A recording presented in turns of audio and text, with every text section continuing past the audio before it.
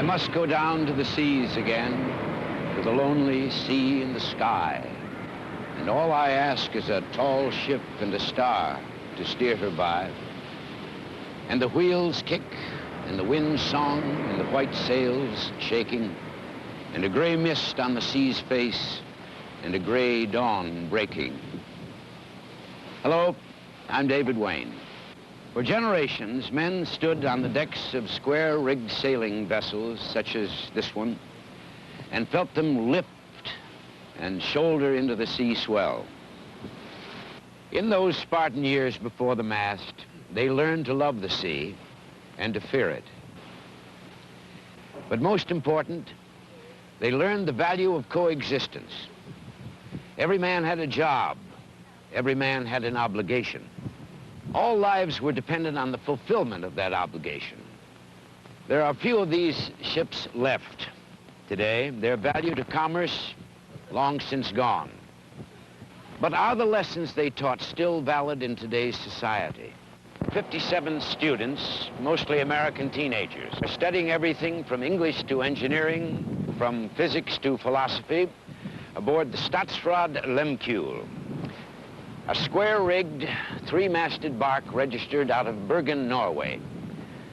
A former Norwegian training ship, she is now under charter to an American school, Oceanics of New York.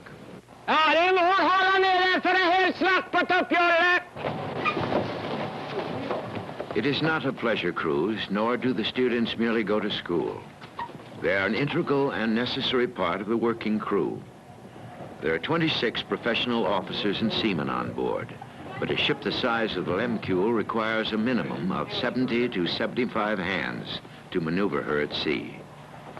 The duties performed by the students are not limited to the bracing of yards or setting of sails. They are many and varied. They're not much different from the kids you'll find in any town or city. The ship is, in fact, a society in microcosm, a community in itself. And like the kids in your own family or down the street, some of them have problems. Some were unable to cope with family situations. Others had difficulty relating to their schools. Some were simply seeking adventure. Here it was hoped that in addition to continuing their formal academic studies on a more relaxed basis, they would learn two things. One, that unless you're a hermit, living in the society of man places certain demands on the individual, vis-a-vis himself and others. And secondly, that the fulfillment of a social contract can give one an enormous feeling of satisfaction and dignity. My first glimpse of the ship was in Santa Cruz de Tenerife in the Canary Islands, her first port of call since leaving Norway. I'd seen photographs of her, but nothing could have prepared me for that first encounter. For both ship and crew, it had been an arduous 2-week passage. First fleeing before winter gales in the North Sea, then slipping through the turbulent English Channel, only to be caught in the Bay of Biscay, where she encountered winds of force 12, hurricane force, that sent her reeling 300 miles off course.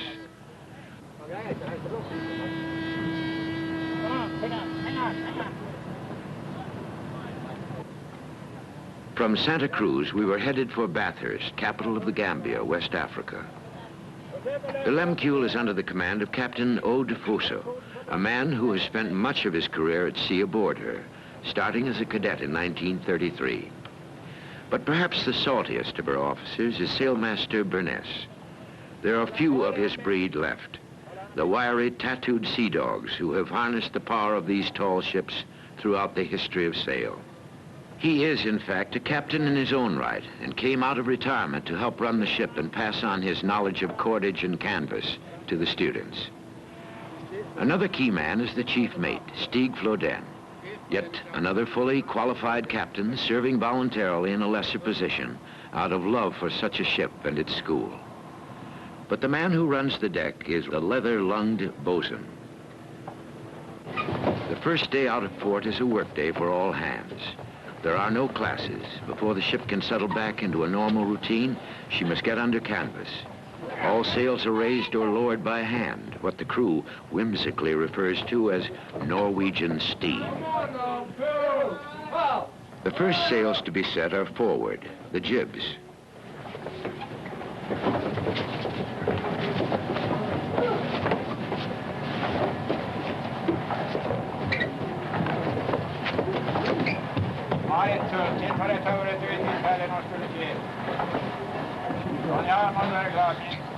The Statsraad Lehmkuhl is a big ship, especially by sailing standards. She is 316 feet long, draws 17 feet of water, and her mainmast is as high as a 15-story building. The students also learn quickly that there is a lot of rope in the ship's rigging, more than 5 miles of it. Before shipping out from Bergen, the students went to sailing school for a month, or until the ship's master was convinced they knew the job. In addition to learning knots, they learned the name of every sail and every rope controlling those sails in English and Norwegian.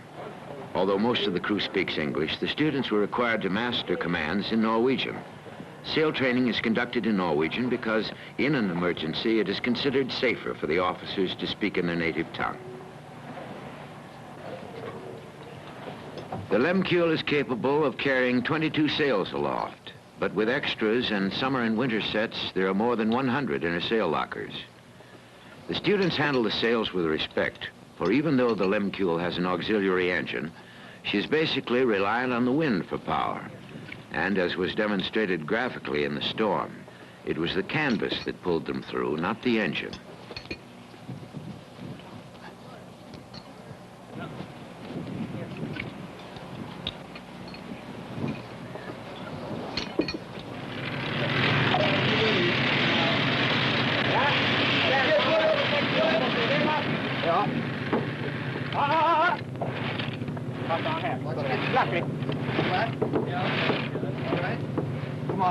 Han som står med apparat här. Ikke håll! Men elevator!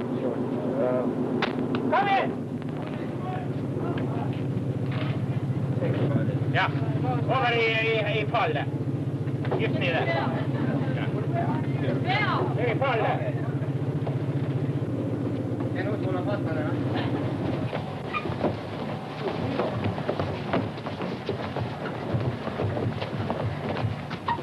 The work continues throughout the afternoon. One by one, the sails are hoisted and the ship begins to take on a new character, as if she were just now coming to life, rather like a grande dame dressing for a ball.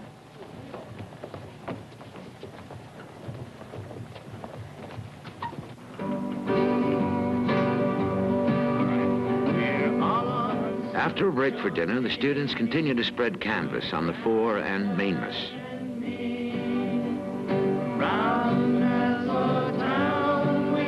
I was at one time in my life a sailor too, a merchant mariner plying the Indian Ocean and South Atlantic on a wallowing cargo ship.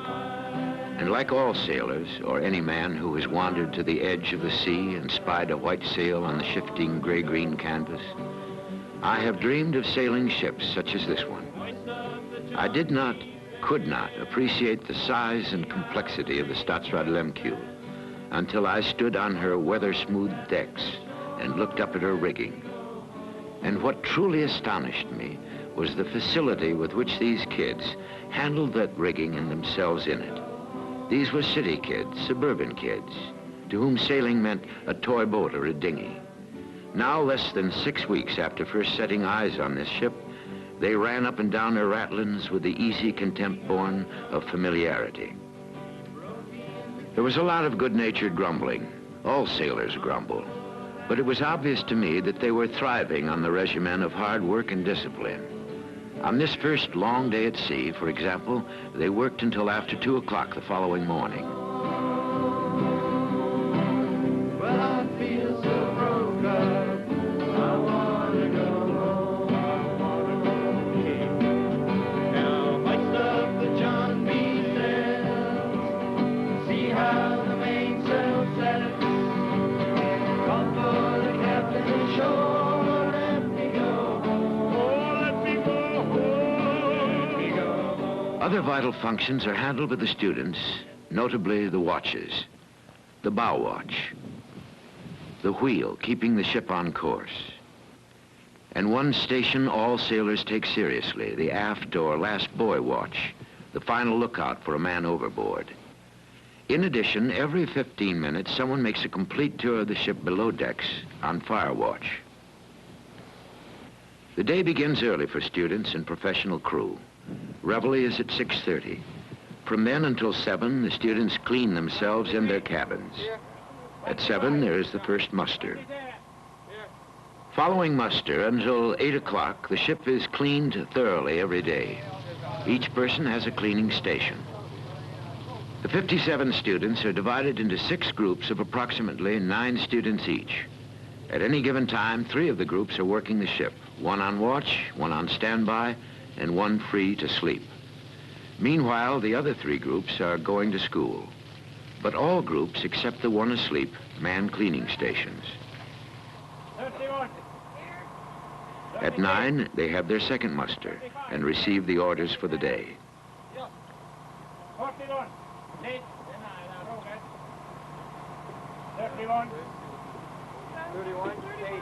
They experience jealousy or hate or fear. Mike Kemp is Dean of Studies and one of the 10 teachers on the Oceanics faculty.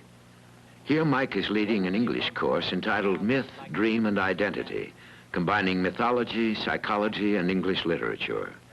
With 28 students, it is one of the largest classes on board. In all, more than 40 courses are offered on levels ranging from 9th grade through junior college.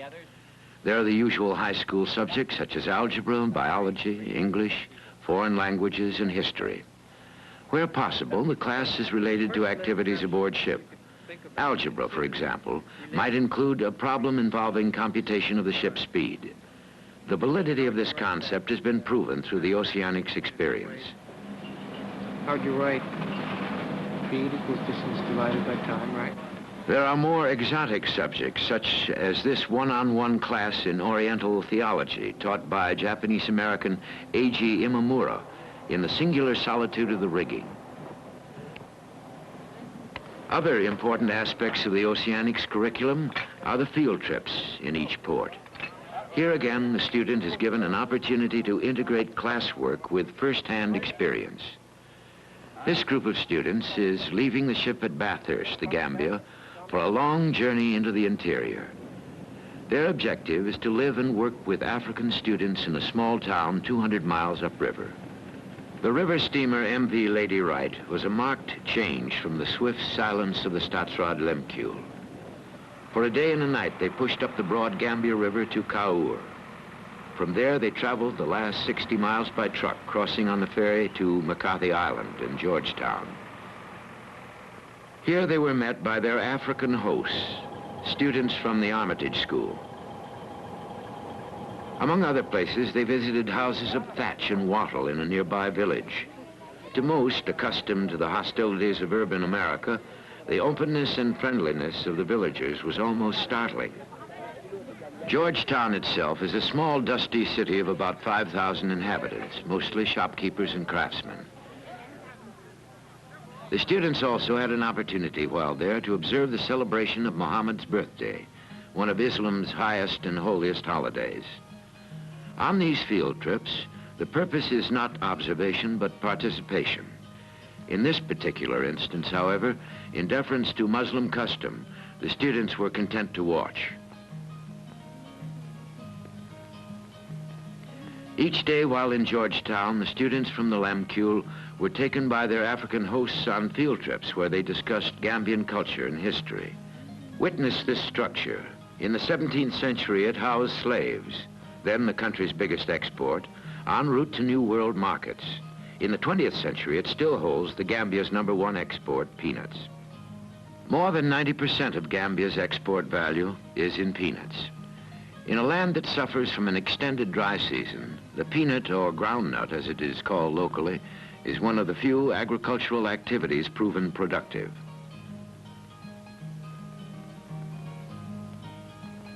When the students returned from the interior, they invited a half dozen of their African hosts to join them on the Lehmkuhl in a kind of abbreviated exchange program. It was a new experience for the Oceanics students to be objects of scrutiny themselves. Field trips such as this are invaluable bridges between cultures. In a small town in a country they had never heard of, the Americans had discovered the same restless curiosity that fires them.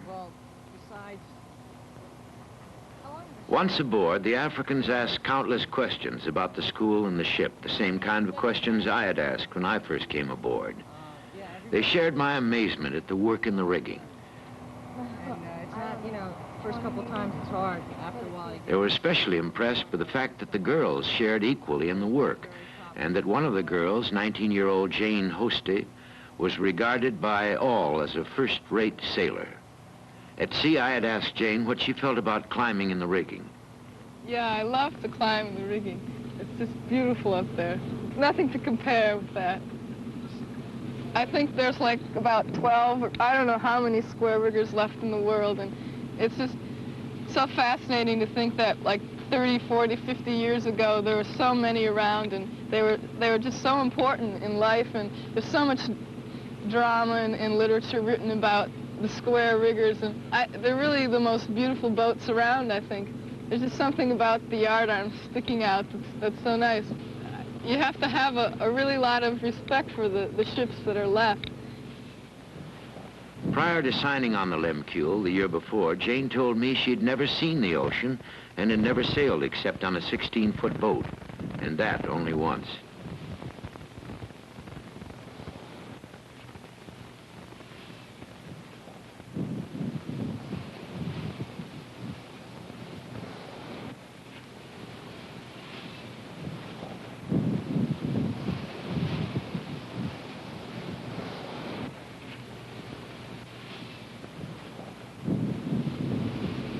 But we have a really, really good crew. That the officers and especially the mates they're just fantastic people. They're true seamen, and it's just like it's a disappearing race, and they're just inspiring people to be around.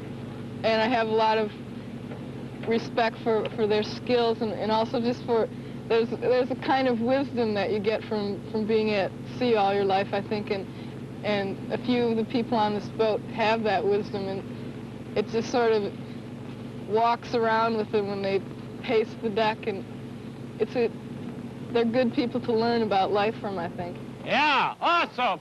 As the Statsraad Lehmkuhl breezed down the coast of Africa, we hit first the hot, dry winds from the Sahara. Later, we encountered the constant push of the trades, at which point Captain Fosso elected to raise the remainder of our canvas, topgallants and royals. These uppermost sails were not on their yards, but stored below and first had to be hauled up the mass.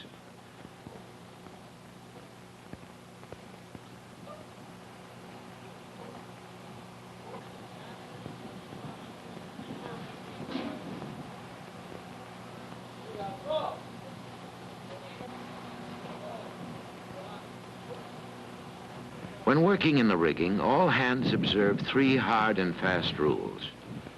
First, there's no talking except about the business at hand. Secondly, no one is to climb without permission. And thirdly, most important of all, no one is ever forced to climb or teased or berated if he doesn't want to climb.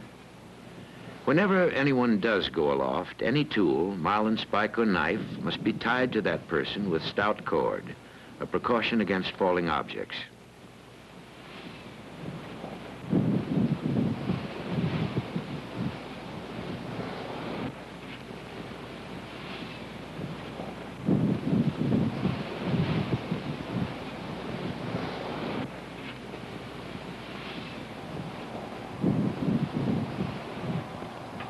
Det är bara att ta fast det dröjer där uppe.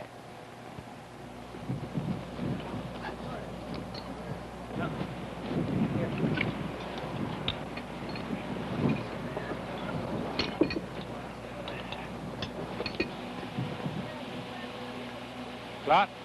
Lätt gå i bordet! Är fast! Höj sträck!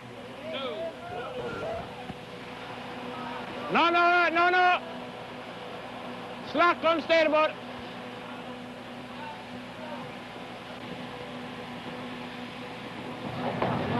Come on, pull!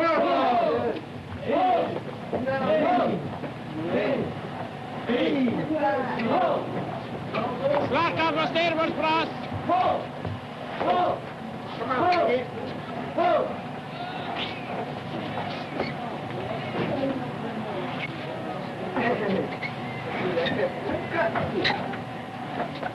After expending a good amount of Norwegian steam, all sails finally are set.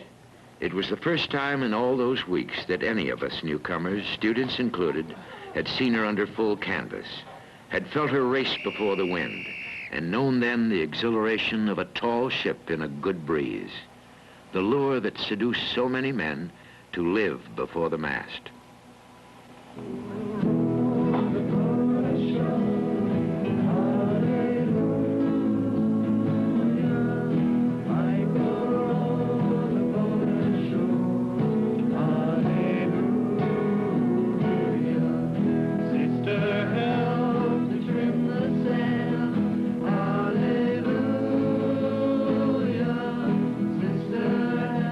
The ship does not pretend to be the final answer, but in an era of revolution in education, it may make a real contribution. Tuition for a year's cruise and study on this ship is expensive, yet it is not a rich kid's haven. Most of the students, about 75%, are here on scholarships or grants. They represent almost every facet of our society. But money, whatever the amount, is the smallest price any student has to pay. On this ship, he must give of himself.